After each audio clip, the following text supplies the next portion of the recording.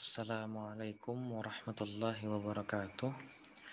Innal hamdalillah salatan wassalaman ala Rasulillah Sayyidina wa Maulana Muhammad ibn Abdullah wa ala alihi wa sahbihi wa mawalah la haula wa la quwata illa billah amma ba'd.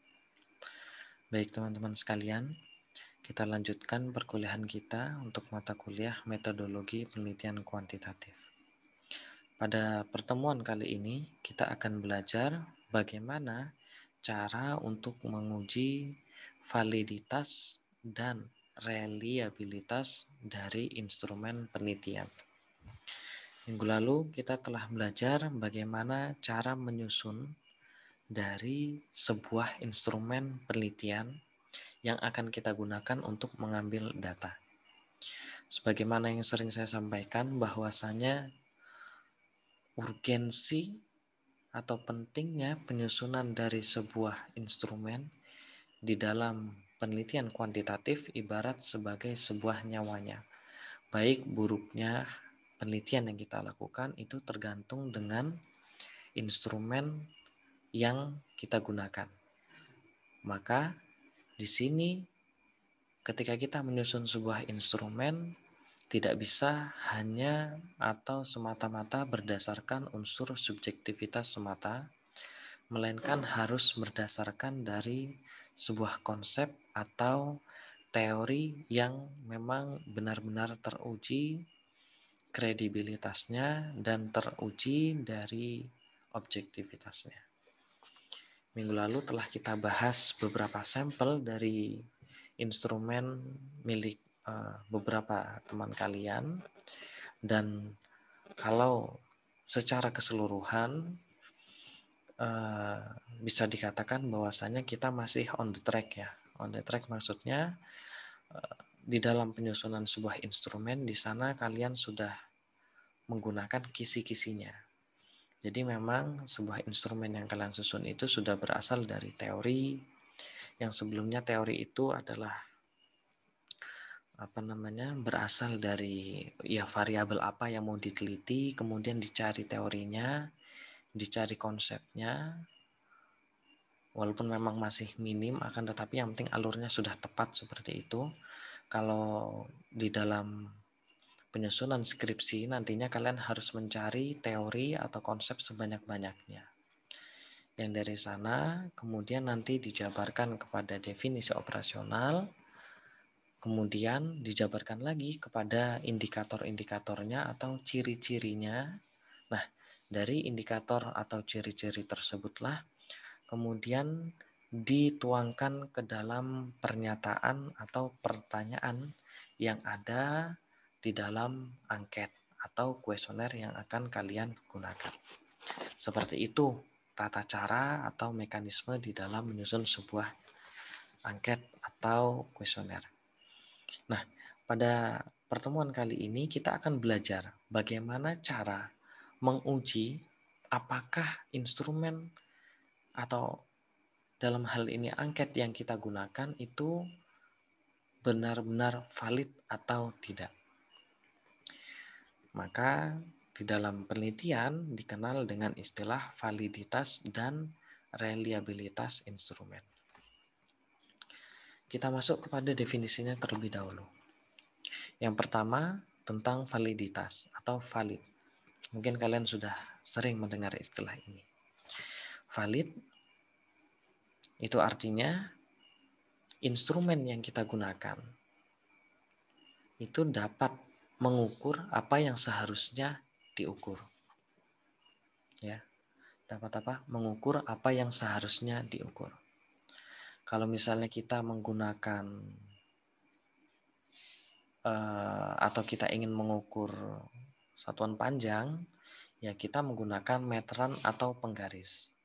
Maka hasil yang didapatkan dari meteran atau penggaris tersebut adalah apa yang ingin kita dapatkan karena kita ingin mengukur panjang. Akan menjadi tidak tepat apabila kita ingin mengukur panjang, akan tetapi yang kita gunakan adalah timbangan misalnya. Yang mana kita ketahui bahwasanya timbangan tersebut bukan untuk mengukur panjang, melainkan untuk mengukur berat.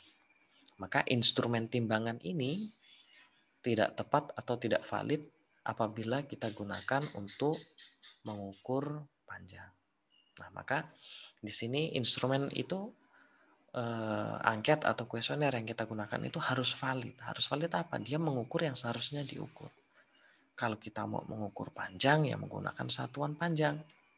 Menggunakan alat yang mengukur yang kita menggunakan, maka hasil ukuran itu kita dapatkan. Seperti contohnya misalnya ketika kita mendapatkan atau hasil dari ukuran itu adalah warna merah, maka yang kita laporkan adalah berwarna merah. Kalau seperti itu kita katakan datanya valid. Ya, ini contoh yang saya berikan adalah contoh ketika instrumen tersebut mendapatkan data yang valid. Kemudian kaitannya tentang reliable. Reliable itu adalah keajekan atau konsistensi. Maksudnya bagaimana? Ya konsistensi dari instrumen yang kita gunakan. Apabila kita menggunakan instrumen tersebut, alat ukur tersebut pada pagi hari misalnya, maka hasilnya ya akan sama kita gunakan pada siang hari. Alat ukur tersebut kita gunakan sekarang, maka apabila kita gunakan kembali 2 hari yang akan datang, ya hasilnya akan sama seperti itu. Ajak, konsisten seperti misalnya ketika kita mengukur hari ini A, besok ketika diukur ya tetap A jawabannya. Hari ini misalnya diukur 10 cm, besok menggunakan alat ukur yang sama, misalnya menggunakan penggaris seperti ya 10 cm seperti itu.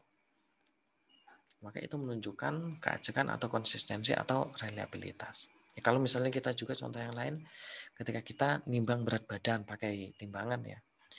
Di sana ketika kita mengukur, yang pertama itu berat kita misalnya 50 kilo. Besok ya seharusnya 50 kilo juga kalau memang timbangan berat itu sesuai seperti itu ya, ketika kita dalam kondisi yang sama dengan kondisi yang sebelumnya. Akan tetapi kalau ternyata kita ngukur 50 kilo, besoknya 60, besoknya 50, padahal kita misalnya tidak merasa ada perubahan yang signifikan, berarti timbangan tersebut itu tidak reliable seperti itu. Nah, di situ kita harus bisa melihat yang dimaksud reliabilitas itu apa, validitas itu apa. Akan tetapi reliabilitas itu tidak mencerminkan juga validitas. Misalnya ketika kita menggunakan penggaris yang rusak, yang dia tidak dimulai dari angka 0 misalnya ya, penggarisnya itu dari angka 1, ya mau diukur pagi, siang, sore ya hasilnya kan akan tetap sama. Tapi konsistensi tersebut tidak menunjukkan kebenaran karena alat ukurnya rusak itu tadi. Nah, di sini maka kita harus memiliki dua hal, tidak bisa hanya salah satu saja. Memang benar ketika sebuah data itu valid, maka dapat dipastikan data tersebut juga reliable. Akan tetapi kalau reliable belum tentu valid. Akan tetapi dua hal ini memiliki keunggulan dan memiliki porsinya masing-masing sehingga harus kita lakukan. Ini kaitannya tentang validitas dan reliabilitas dari instrumen. Ya. Jadi hal yang harus kita tekankan juga ini bukan validitas dan reliabilitas data loh ya. Kalau data itu nanti kaitannya tentang data yang kita dapatkan apakah valid atau tidak itu ada di dalam penelitian kualitatif. Kalau penelitian kualitatif memang yang diuji validitas dan reliabilitasnya adalah data tersebut. Sehingga nanti ada berbagai macam caranya, bisa menggunakan triangulasi dan lain sebagainya. Tapi kalau penelitian kuantitatif karena alat yang kita gunakan itu adalah angket, senjata kita itu adalah angket, maka kita pastikan dulu. Kita asah terlebih dahulu apakah alat ini benar-benar sudah bisa mengerjakan tugas yang semestinya, yaitu untuk mengetahui atau untuk mendapatkan data yang kita inginkan atau tidak. Maka yang diuji validitas dan reliabilitasnya itu adalah instrumen ini, seperti itu. Kalau instrumennya itu sudah valid, sudah reliable, maka nanti tinggal tergantung dari orang yang menggunakan instrumen ini. tergantung dari orang yang menggunakan instrumen ini. Kalau dia misalnya nanti menyebarkan kepada sampelnya yang tepat, kemudian ketika mengolah datanya sudah atau menganalisis datanya sudah sesuai, sudah tepat, maka nanti ya hasil dari penelitiannya itu, datanya itu bisa dikatakan valid. Jadi kalau kuantitatif, validitas data yaitu salah satunya dipengaruhi oleh validitas instrumen dan reliabilitas instrumen ini. Nah, baik, langsung saja masuk kepada materi inti dari materi pada hari ini. Jadi pada kesempatan kali ini kita akan belajar tentang jenis-jenis dari validitas dan reliabilitas terlebih dahulu, sehingga minggu depan kita bisa langsung belajar mempraktikkan. Jadi pas ya, minggu depan kita pada pertemuan terakhir itu akan belajar cara mencari atau cara menguji validitas dan reliabilitas instrumen menggunakan SPSS. Walaupun memang kalau berdasarkan dari kontrak belajar materi kita sampai analisis data, tapi karena ya keterbatasan ya, karena kita tidak bisa memaksakan juga materi selesai, tapi kalau tidak paham itu ya ada plus minusnya sebenarnya. Tapi saya kira ketika kalian sudah berhasil menyusun sebuah angket yang baik kaitannya untuk menganalisis data, itu nanti bisa kalian pelajari secara mandiri seperti itu. Nah, ini saya lampirkan dari skema tentang instrumen dan cara untuk menguji validitas dan reliabilitas yang saya ambil dari buku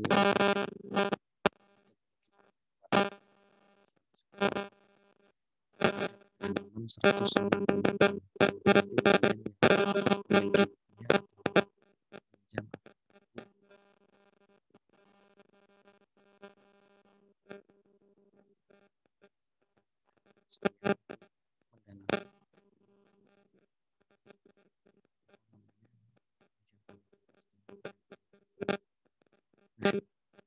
Di sini sudah disampaikan bahwasanya ketika kita ingin menetapkan instrumen yang baik, maka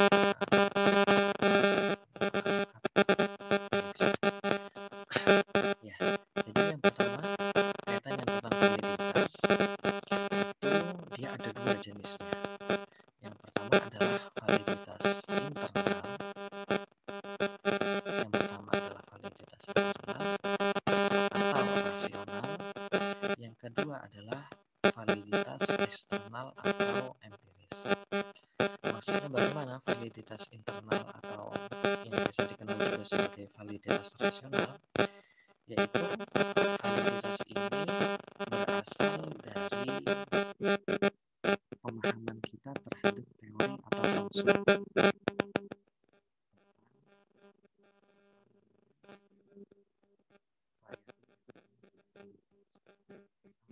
Jadi instrumen yang akan kita susun itu harus logis, harus empiris.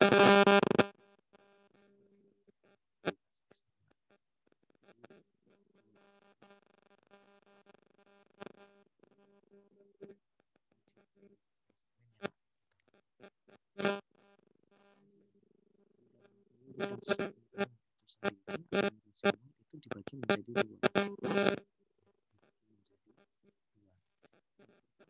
dua.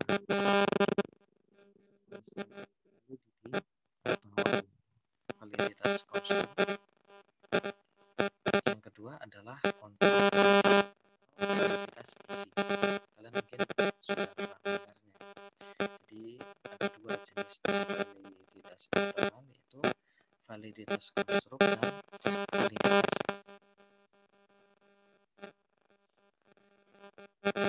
Langsung saja berbicara tentang validitas konstruk ini atau konstruk validity. Konstruk validity itu adalah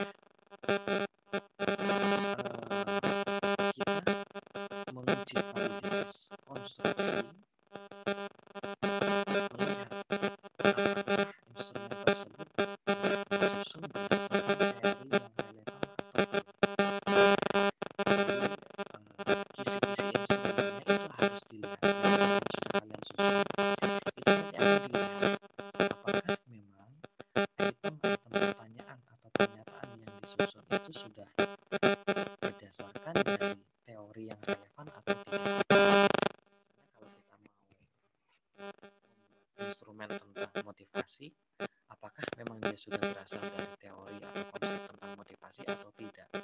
Indikatornya memang sudah mencerminkan dari motivasi atau tidak.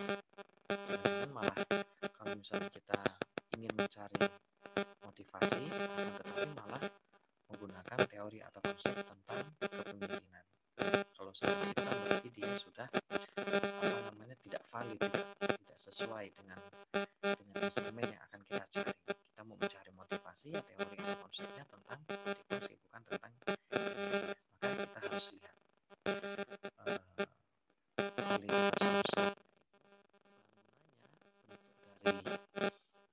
dari instrumen atau angket yang kita susun itu sudah sesuai atau belum, berasal dari teori atau belum. Kemudian siapa yang melakukan ini, yang melakukan validitas konsep? Kalau kita bicara dalam skripsi, yang menjadi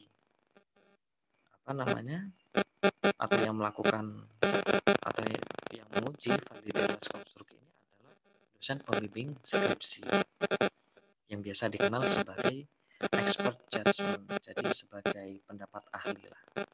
Selain daripada pembimbing skripsi, ya juga biasanya itu mencari memang dari expert judgment yang dia ahli di dalam keilmuan tentang apa yang kita teliti. Misalnya kalau kita mau meneliti tentang motivasi, ya kita mencari psikolog atau dosen psikologi yang memang dia ahli di dalam kaitannya tentang dalam hal motivasi. Nanti para ahli tersebut yang akan melihat kuesioner yang kita buat ini sudah sesuai dengan teori atau belum. Maka nanti akan ada masukan. Seperti yang kemarin saya lakukan itu ya. Kemarin ketika kita melakukan simulasi untuk melihat kisi-kisi instrumennya sudah sesuai atau tidak, ya nanti akan ada masukan. Apakah nanti memang instrumen tersebut dapat digunakan tanpa perbaikan misalnya, atau ada perbaikan, atau nanti mungkin ya harus diganti atau diremah total seperti itu. Kalau yang idealnya memang expert judgment-nya itu minimal 3 orang, dan umumnya yang bergelar doktor itu yang idealnya kan seperti itu. Ya memang bisa dikatakan ya benar-benar ahli lah seperti itu.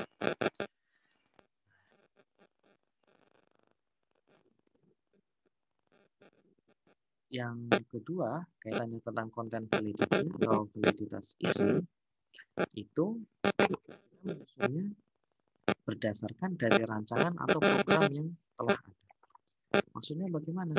Ya, ketika kita misalnya ingin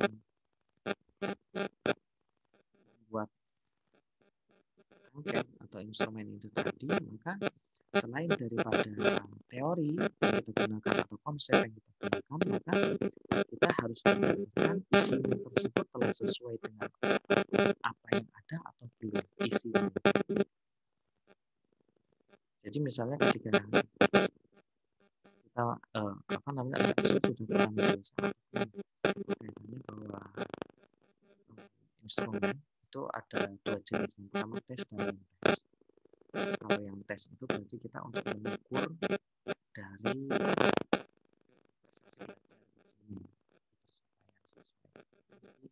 jawabannya itu ya bisa benar dan bisa salah.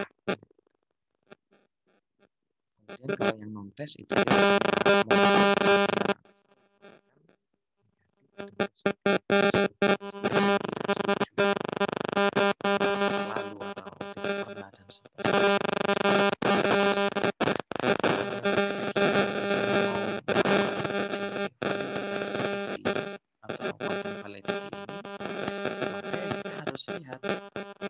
misalnya di atau instrumen yang tes tadi yang tadi kita susun, apakah ditanyakan misalnya terkait dengan prestasi belajar, maka pertanyaannya itu harusnya harus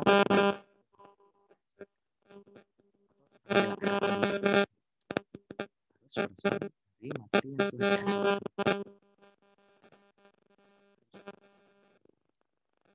Sesuai pertanyaan ini sesuai jadi guru lah nanti misalnya ketika melakukan atau memberikan ujian akhir kepada siswa, Ya, pertanyaan-pertanyaan itu haruslah berdasar dari materi yang sudah kalian berikan. Kalau misalnya tidak sesuai apa yang diujikan dengan apa yang telah diajarkan, maka di sana bisa dikatakan tidak memenuhi dari konten validity seperti itu. Isi dari yang diajarkan itu tidak sesuai dengan apa yang telah diajarkan.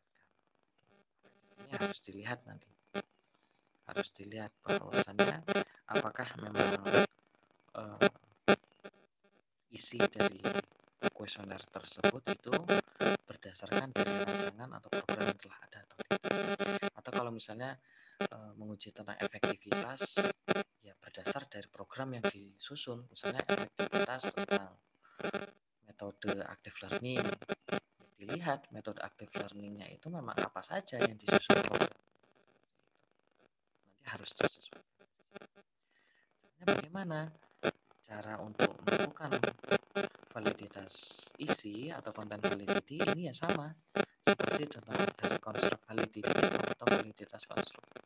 Caranya ya dari ahli, konsultasi kepada ahli atau expert judgment itu tadi dengan membandingkan program yang telah ada seperti itu yang telah ini adalah bagaimana kita melakukan validitas internal. Kemudian yang kedua, ketika kita melakukan validitas eksternal. Validitas eksternal itu caranya yaitu kita menyusun instrumen tersebut berdasarkan fakta empiris yang telah terbukti, fakta empiris yang ada di lapangan. Misalnya ketika kita berbicara tentang kedisiplinan, kalau validitas internalnya itu kan kedisiplinan berarti dia misalnya ya senantiasa mengerjakan tugas atau mengerjakan PR seperti itu ya. Maka validitas eksternalnya atau empirisnya bagaimana misalnya itu dikaitkan dengan kedisiplinan yang ada di sekolah. Misalnya ketika PR itu harus dikumpulkan 1 hari sebelumnya aturan yang ada di sekolah. Maka kita lihat apakah itu sudah dilakukan atau belum. Lapangan tersebut nanti akan disusunnya seperti itu. Maka memang di sini ketika kita menyusun instrumen itu ya tidak bisa sembarangan. Ini harus kita perhatikan sedemikian rupa. Validitas internalnya, validitas eksternalnya ini harus kita perhatikan. Apabila kita sudah melakukan sesuai prosedur, maka bisa dikatakan instrumen yang kita miliki ini benar-benar valid dan bisa digunakan untuk mengumpulkan data. Nah, ketika kita sudah melakukan validitas eksternal, maka nanti hasil daripada pengujian itu tadi, angket yang kita gunakan itu nanti bisa digeneralisasikan. Jadi bisa hasilnya itu nanti bisa kita generalisasikan kepada populasi.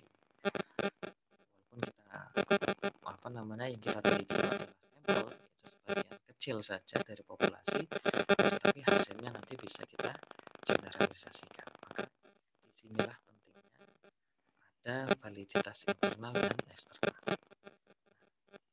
Untuk caranya, kita membandingkan dengan standar yang telah ada, dilanjutkan dengan analisis faktor dan analisis butir. Nah, analisis faktor dan analisis butir ini kita melakukannya nanti menggunakan SPSS. Jadi kita menganalisis dari hasil uji coba dari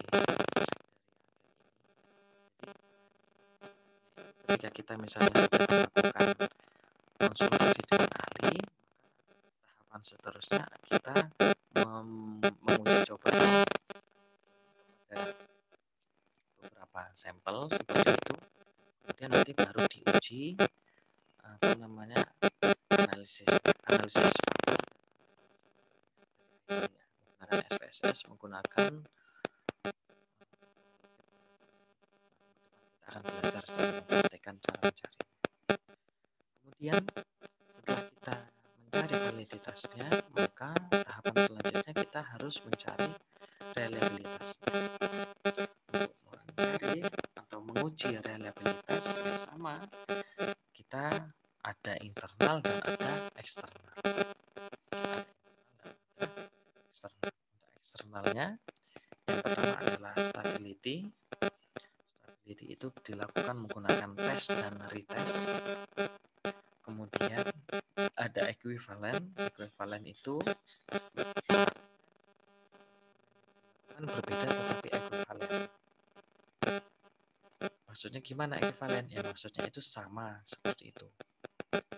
Akan tetapi bentuknya berbeda. Model pertanyaannya itu berbeda. Bisa menggunakan satunya kalimat positif, satunya menggunakan kalimat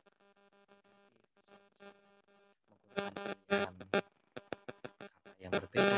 Akan tetapi dia equivalen atau sama seperti itu. Adalah gabungan dari yang di atas. Jadi untuk menguji reliabilitas eksternalnya itu menggunakan stability dan equivalen secara bersamaan. Ini yang eksternal. Nah, yang internal itu adalah internal konsistensi. Nanti caranya itu gimana? Caranya kita melakukan CSR menggunakan alpha crop yang lazim digunakan. Udah itu saja, kita maksudnya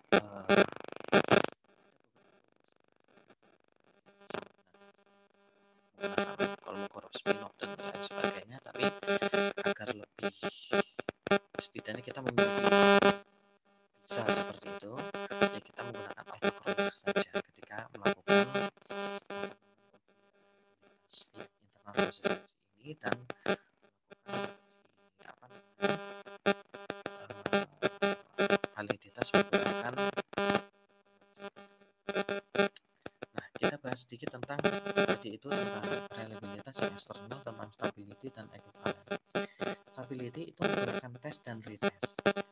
Maksudnya gimana? Ya, jadi kita melakukan uji coba instrumen kita itu kepada sampel atau kelompok yang sama, tetapi dalam waktu yang berbeda. Jadi itu pada pagi hari misalnya, kepada kelompok yang sama, orangnya itu seperti itu. Kemudian setelah pagi hari kita uji cobakan kepada dia, nanti sore hari akan kita uji cobakan lagi pada orang yang sama. Kemudian nanti kita menganalisis hasilnya dari dia menjawab atau mengerjakan dari instrumen yang kita berikan itu adalah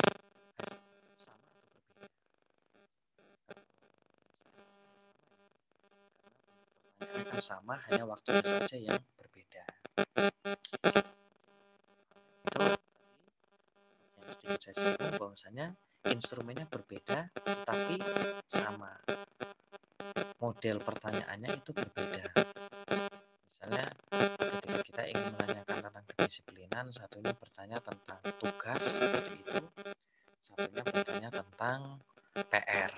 Kan itu equivalen ya, kaitannya tentang tugas yang ada di sekolah, yang ada di rumah seperti itu, atau tugas juga kan seperti itu. Akan tetapi ya dia menggunakan bahasa yang sama. Nah, nanti akan dilihat apakah menimbulkan perbedaan atau tidak. Kalau yang seharusnya ya tidak akan kita misalnya menggunakan istilah dan kikir, ya seharusnya kan sama saja kan.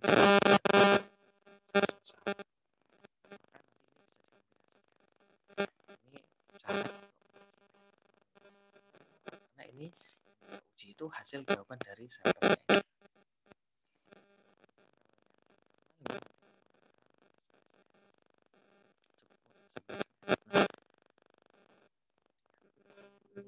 Lakukan ketika mendapatkan hasil dari validitas dan reliabilitasnya bagaimana?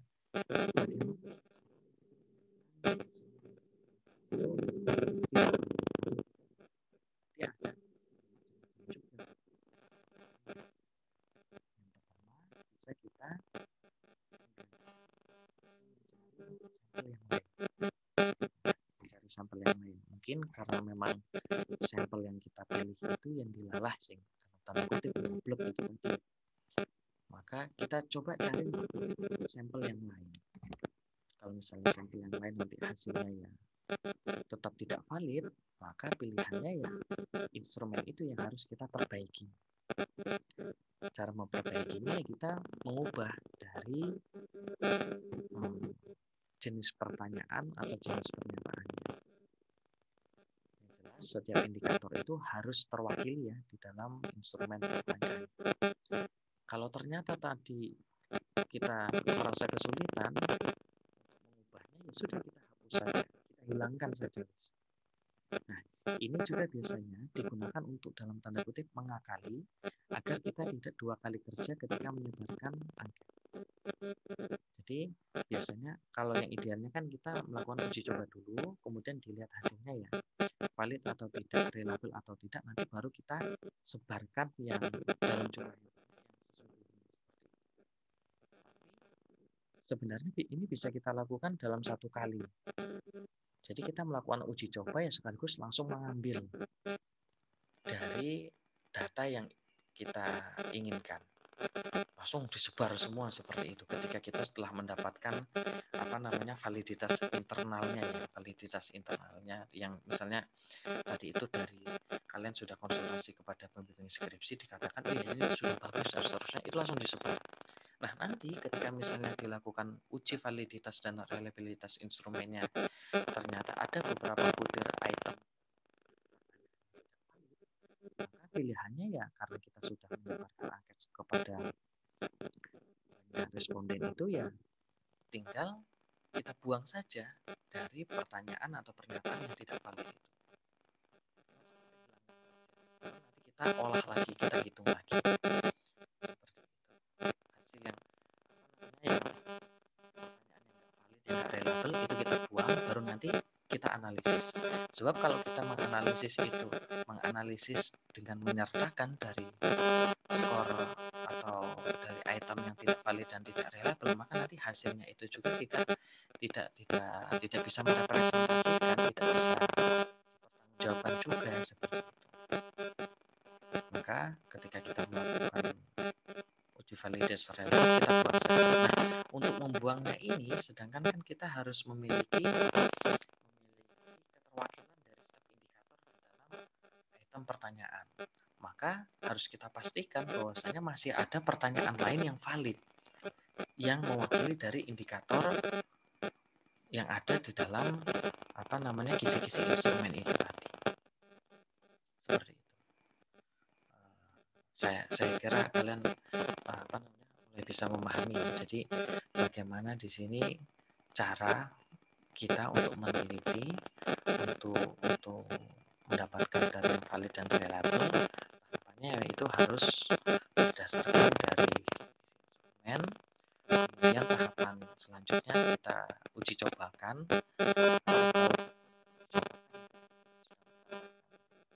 Validitas internal langsung kita sebarkan.